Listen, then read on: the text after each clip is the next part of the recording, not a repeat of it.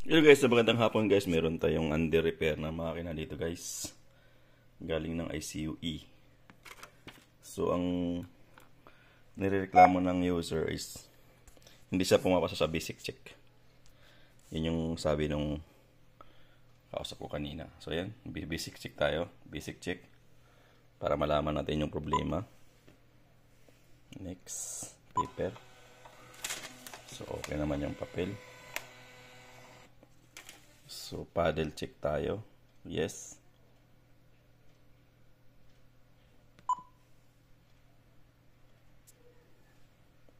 Dali mag-ano tayo, holder, magbayad.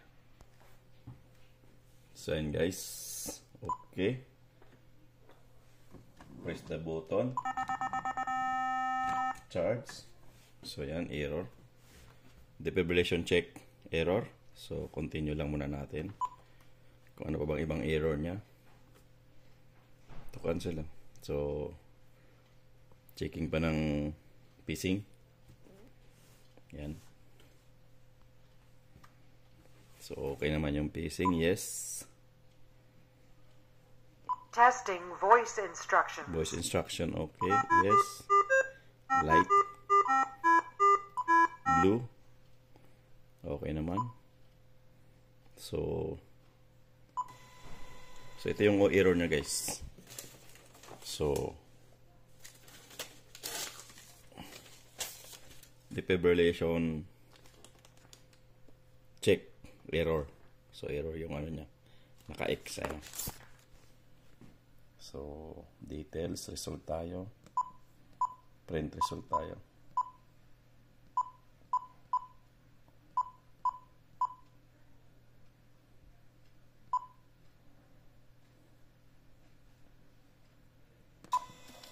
So, i-print tayo ng result. Tingnan natin kung ano yung result niya. So, ayun. Same pa rin. Ano? Defibrillation check. Defibrillation check error. So, capacitance error 0%. Yan guys. Error yung capacitance niya. So, meaning, sira yung ating capacitor bank. So magpapalit tayo ng capacitor guys. Meron akong kinuhang capacitor guys doon sa aming mga luma discard yan guys. So titingnan ko kung pareha sila.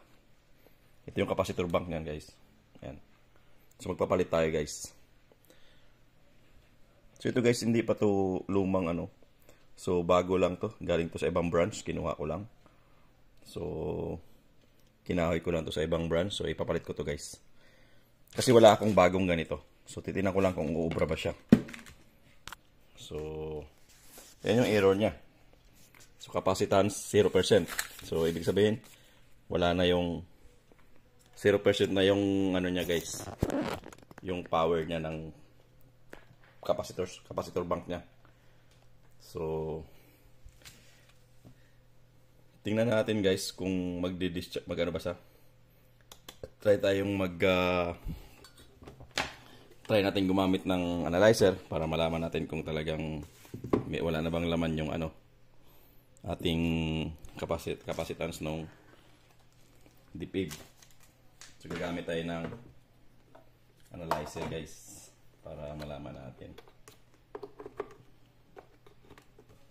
So, ayan. 50 ohms yung resistance natin. So, try nating mag-fire. Fire muna tayo ng 20. 20. Kung meron ba siyang energy. So, titingnan natin guys.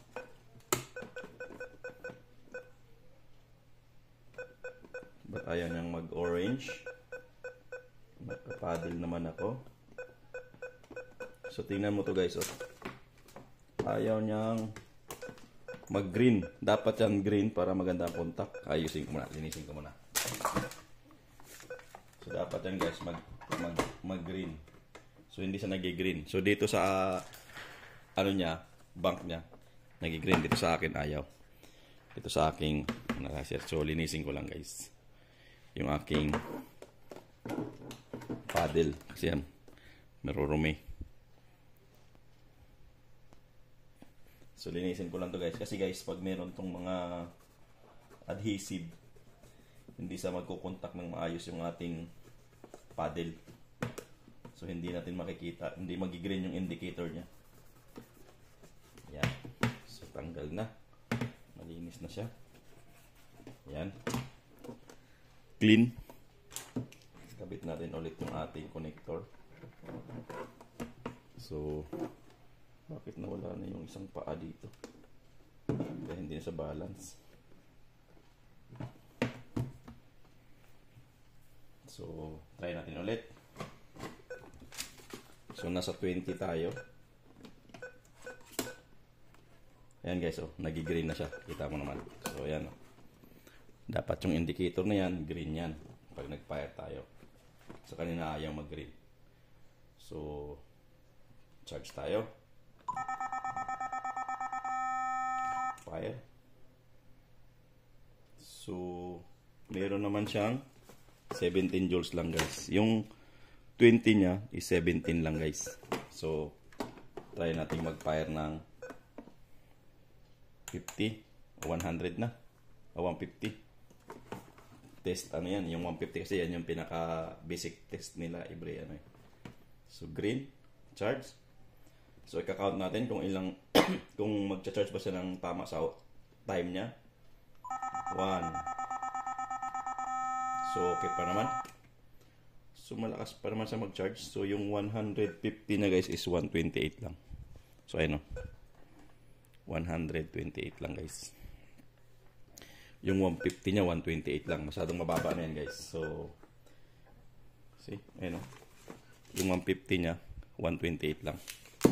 So, hindi yan acceptable, guys. So, i-try natin ang maximum na to, 70. Green. Charge. Dapat yan, ang pagcha-charge ng maximum niya na to, 70 is 8 seconds lang o 8 seconds below. 1, 2, 3, 4, 5, 7, 8, 9, 10. So, pasok pa naman siya sa 8 seconds. So, yung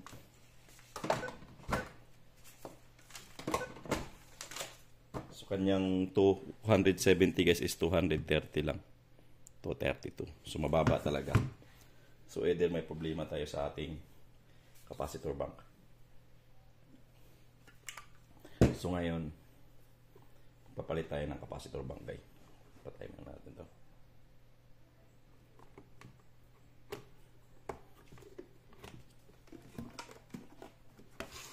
So magpalit tayo ng ating capacitor bank.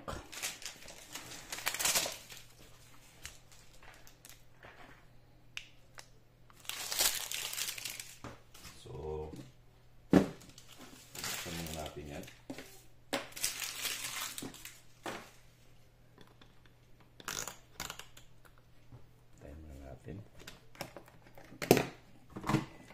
Paddle. So una guys is tatanggalin yung paddle, tanggalin yung power, tanggalin natin yung ating baterya.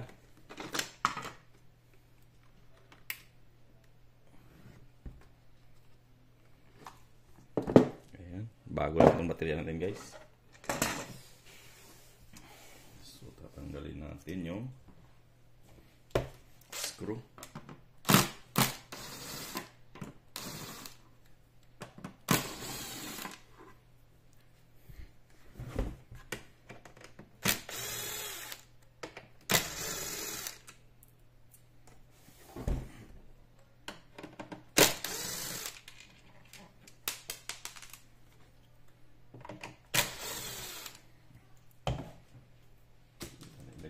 Screw. Tanggalin natin yung ating discharge box. Ito yung discharge box niya guys. So dalawang 25 ohms kaya 50 ohms yan dapat yung load mo.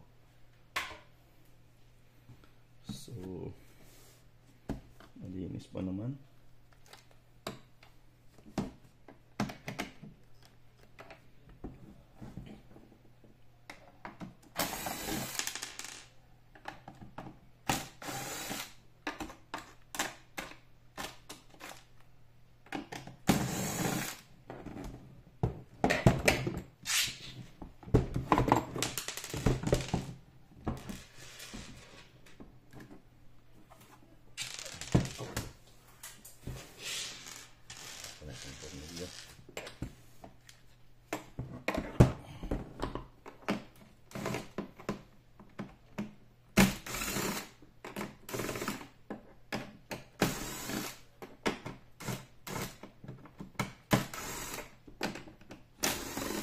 hiwalay natin yung ano natin yung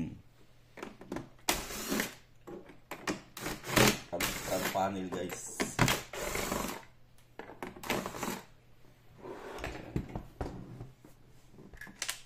Kasi tatanggalin lang naman natin is yung dalawa na nahulog.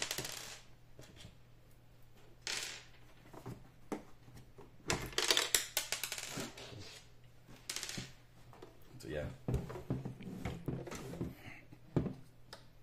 Dala natin yung backlight.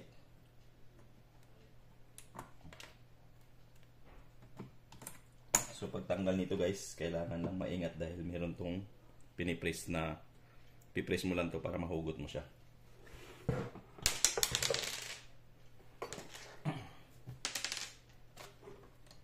Tanggalin natin yung sa baterya niya. Ayan. So ito na yung front panel niya. So para makapagpalit nito tayo nito guys. Ito yung papalitan natin eh. Ayan, itong buong to. Para makapagpalit tayo nito, tatanggalin din yung pinakaharap. So ito naman guys, mayroon silang marking dito. Company marking to guys. Ito yung mga marking ng company. So para hindi ka makapagpalit-palit, hindi mo mapagpalit yung mga connection, meron siyang mga marking dyan. So company marking yan. First time lang itong binuksan to guys, yung board na to. Kaya tanggalin natin to. So may pinipress ka lang dito para matanggal. Ito hindi na kailangan tanggalin pala to. Kasama yan dun sa ano, board. So power supply, tanggalin natin itong board na to, itong connector. So ayun, tanggal na siya. So ano po bang tatanggalin natin? Yung board lang muna tatanggalin natin guys. At saka ito. So hindi rin naman magkapaulit-palit yan kasi hindi naman paras-paras ang size ng connector.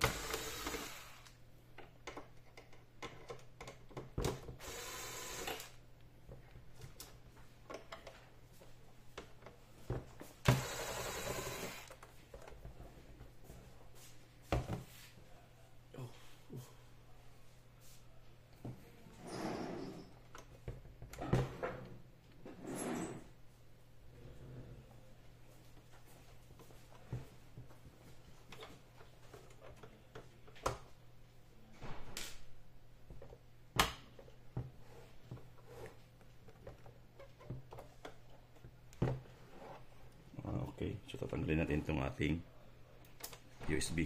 Ito.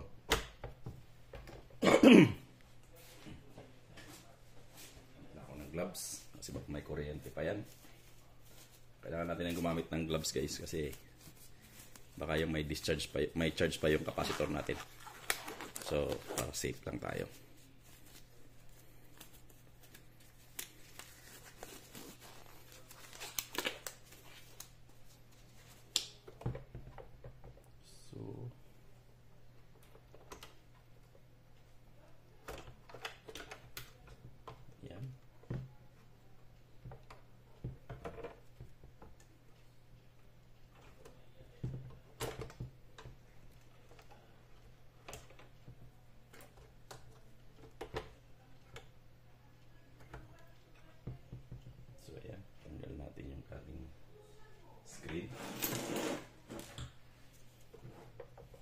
So ito yung tatanggalin din buo guys, ito.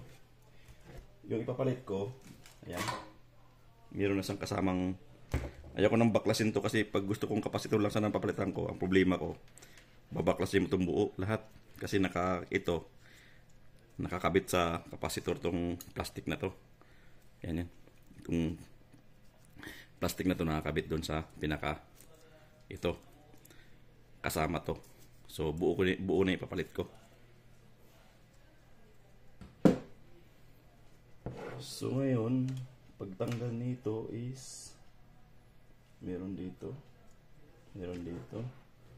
So meron naman yun. So hindi natin kailangan to. Ngayon, ito lang, tatanggalin natin.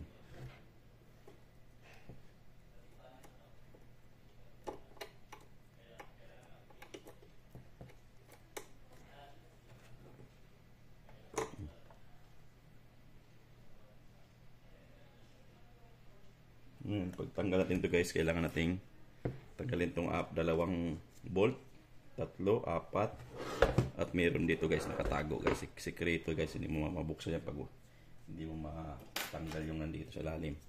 Ito yung secret screw niya eh. Kailangan matanggal yan eh, no? Dalawang screw yan guys, nakalagay dyan. Hindi mo matatanggal yan kahit anong hila mo sa loob. May dalawang screw yan, nakatakip.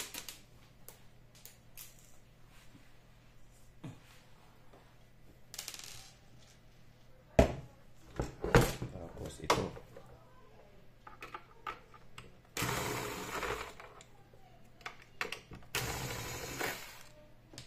apat na screw yan guys dito sa harapan.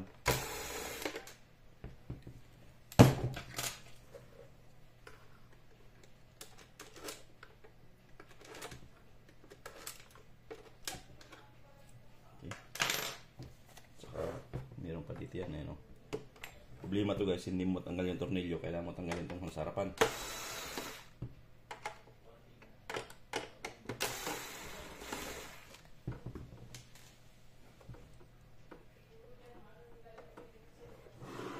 Meron may connector dito, may screw din sa dalawa bago mo sa mahila.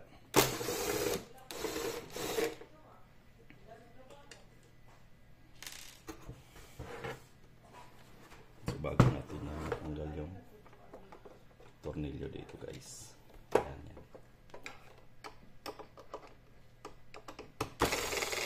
Sorry, ang lancha Alin? ni Humida. Oo, tapos na. Tapos na. Kinuha niya na. Eh, ano ng bata? Kinuha na? Nung bata? Oo, anak man to niya. Asan na si Mark? Nilapaw na? Nandyan lang yun. So, ayun. So, itong connector na to. Isa. So, ito.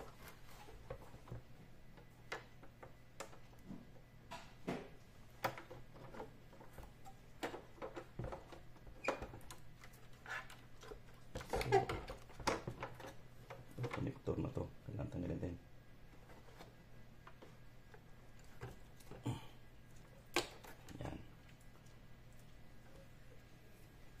So ayun guys, ayun o.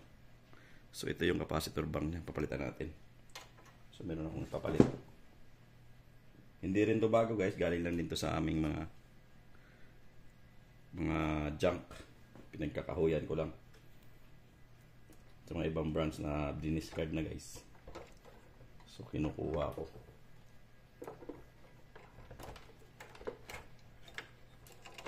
So kung mapapansin mo to guys, ayun o. Yung ano niya, mayroon sa nakatalk over na protection. So kabit ko muna to. So, para hindi na tayo maghihirap din mamaya. Okay. Nakakabit na siya. Yan. Sapak yun guys. Ayan o. Yan. Ngayon screw natin yung dito sa likod kasi ito yung pinakahuli nating kinabit. Ayan.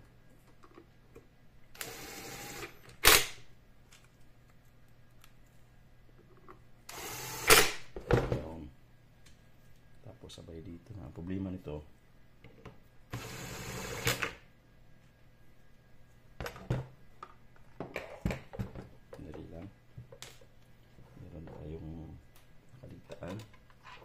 dito sa mga connection. So dapat ito yung connection ito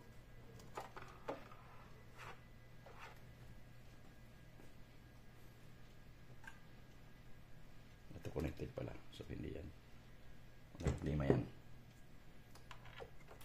So ito lang.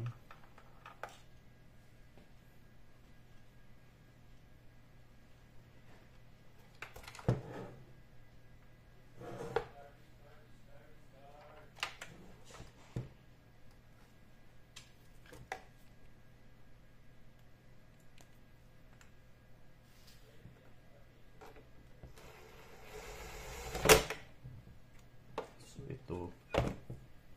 Ako na ito ibalik kasi kakabit mo na yung tornilyo.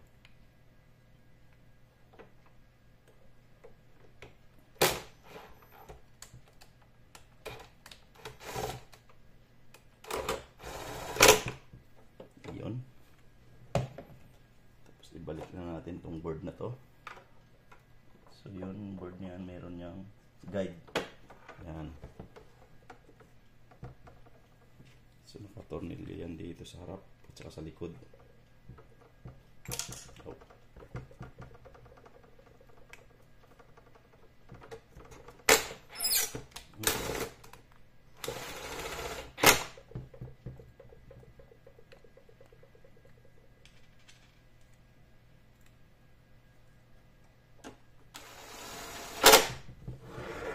Dito sa likod dalawa.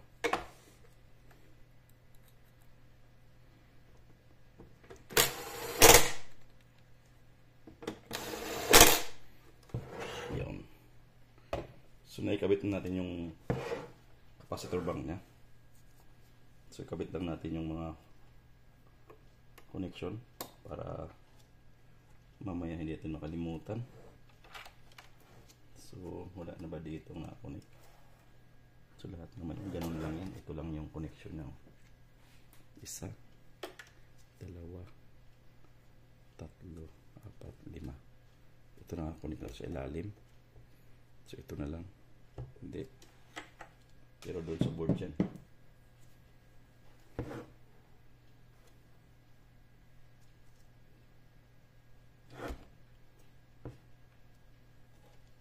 Hindi pa tinanggal. So ito. So dito yan.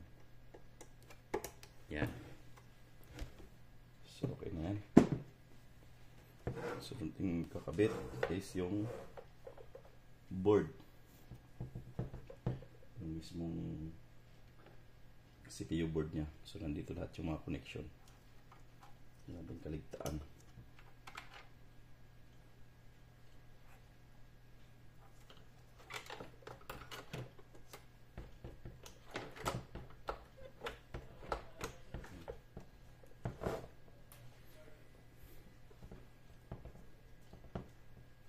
So ganito guys, madali lang mag-replace ng capacitor bank nito basta assembly.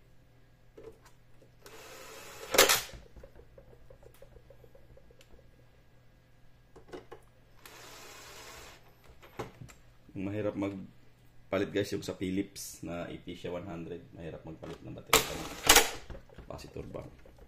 At guys, ito first time ko rin itong magpalit ng capacitor bank nito.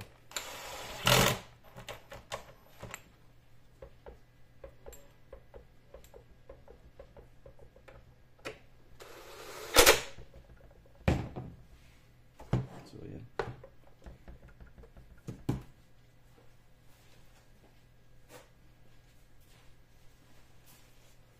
So pinasin natin yung screen kasi nahawakan natin kanina yung screen. Yan. So kabit natin yung mga connector.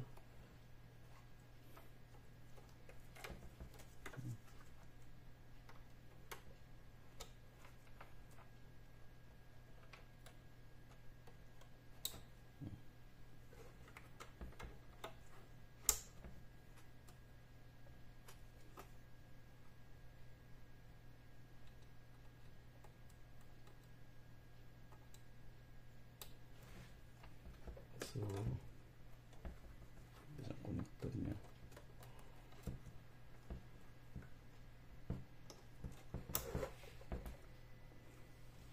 So, connected na siya. So, ito na lang dalawa. Kasi dito yung sa panel board. Yan, ito. So, dito natin dyan.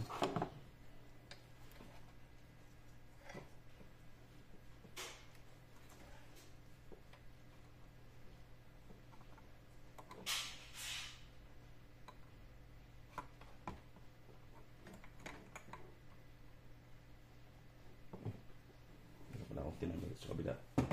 Guys, ito muntik nang makalimutan. Ito. Uy, yan. Muntik nang makalimutan may kabit. Yan. So, okay na yan.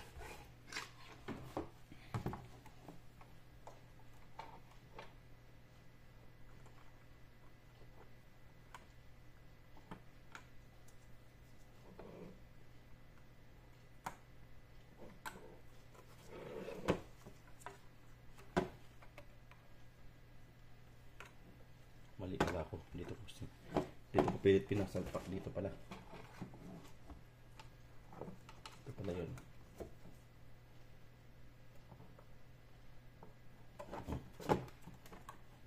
Tapos yung battery.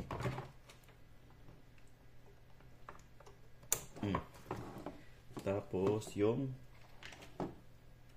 paddle. Ito yun.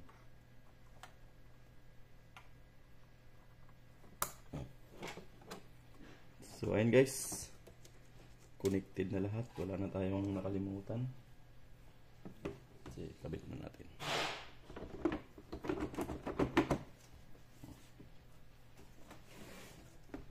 So, maglagay lang tayo ng dalawang screw para sigurado muna hindi magbukas.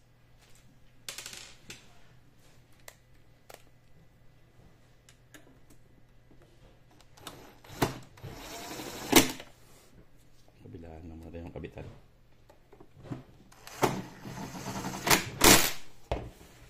So, ayan. So, ikabit na natin yung ating baterya. Tapos mag battery test tayo guys. Ay mag test tayo ng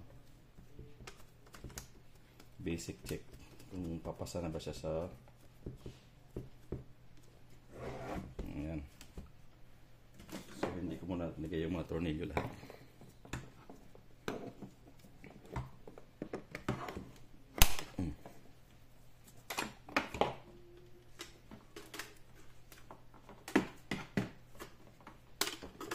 Ay, kalimutan ko pala yung discharge bank niya.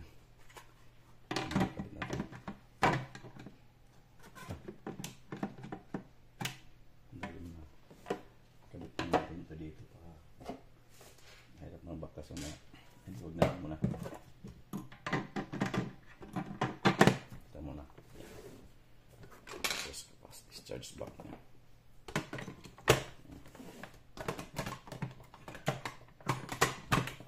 Yan. So, ayan guys. Bilis lang, di ba? Bilis lang magpalit. Basta module. Pero kung isa-isa, mahirap. So mag-basic check tayo ngayon.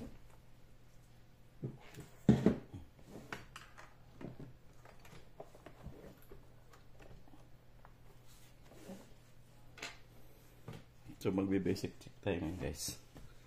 Tingnan natin. Bismillah. So ayan. Start tayo. Yung ating card din natin nilagay. Chinecheck niya eh. Chinecheck kasi niya yung card na to eh. Checking card. Next. Prepare. So, lumalabas naman.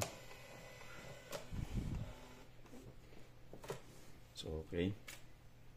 Then, yes. Paddle check. Dito tayo nag-error eh. Charge.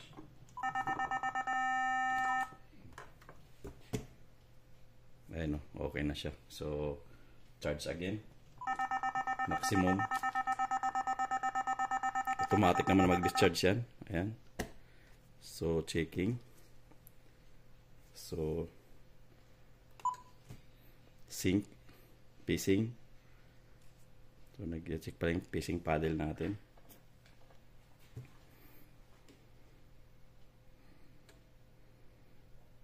So, okay. Check natin to. Green, green. Testing voice instructions. Voice, okay. red, okay. Yellow, okay. Blue, okay. So yan guys, wala na siyang error. Yes.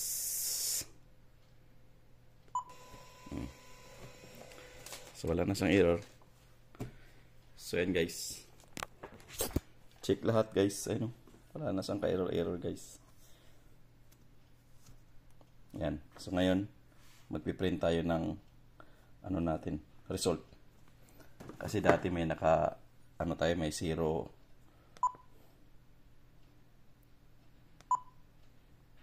Print result tayo guys.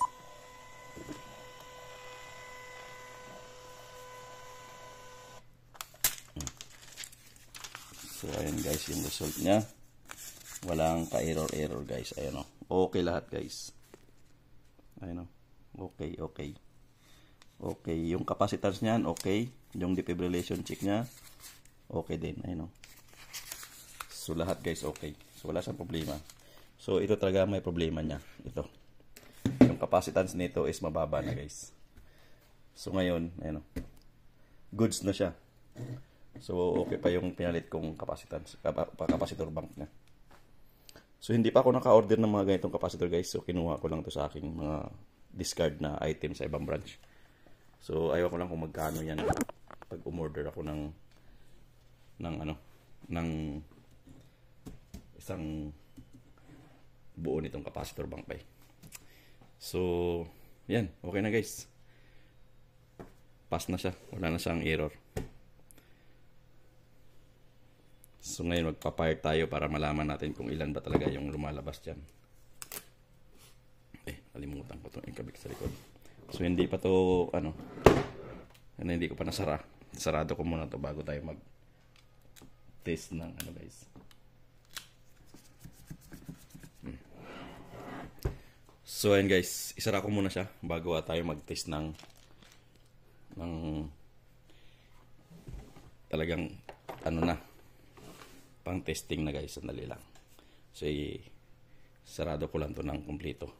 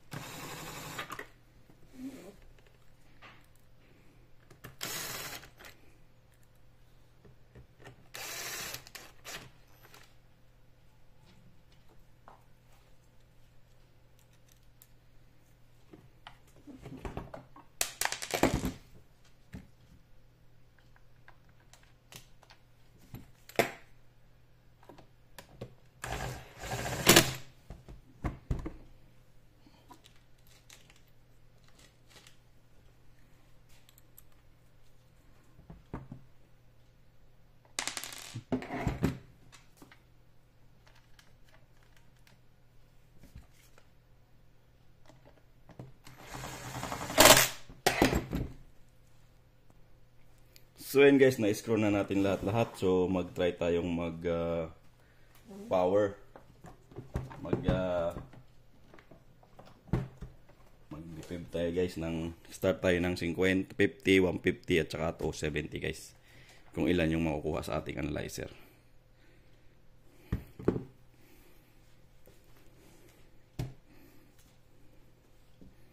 So saan na yung ating pa?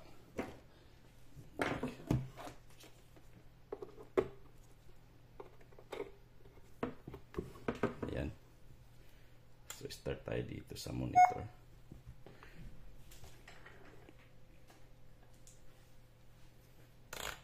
Guys, tangan tayo sa 50 kung ilan lang yung ibibigay niya.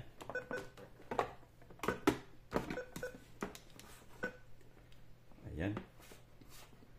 Nakapadil tayo. Start.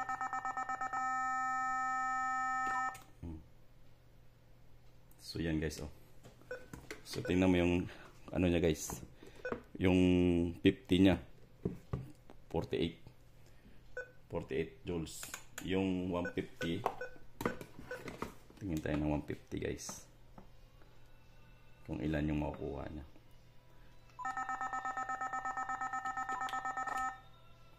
Mali. So yan, ulitin natin guys kasi hindi pa natapos yung ano na press ko na yung button niya. Dapat patapusin natin yung charging.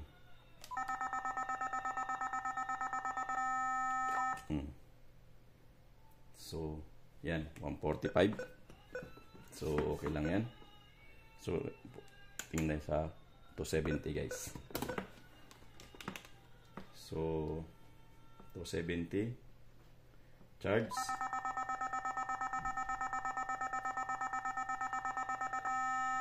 Fire 261 guys. Ayun, no? Medyo pasok na yan guys sa tolerance niya. Pasok na yan. Kasi ano naman to eh, biphasic. So mataas na yung ano niya, energy niya. So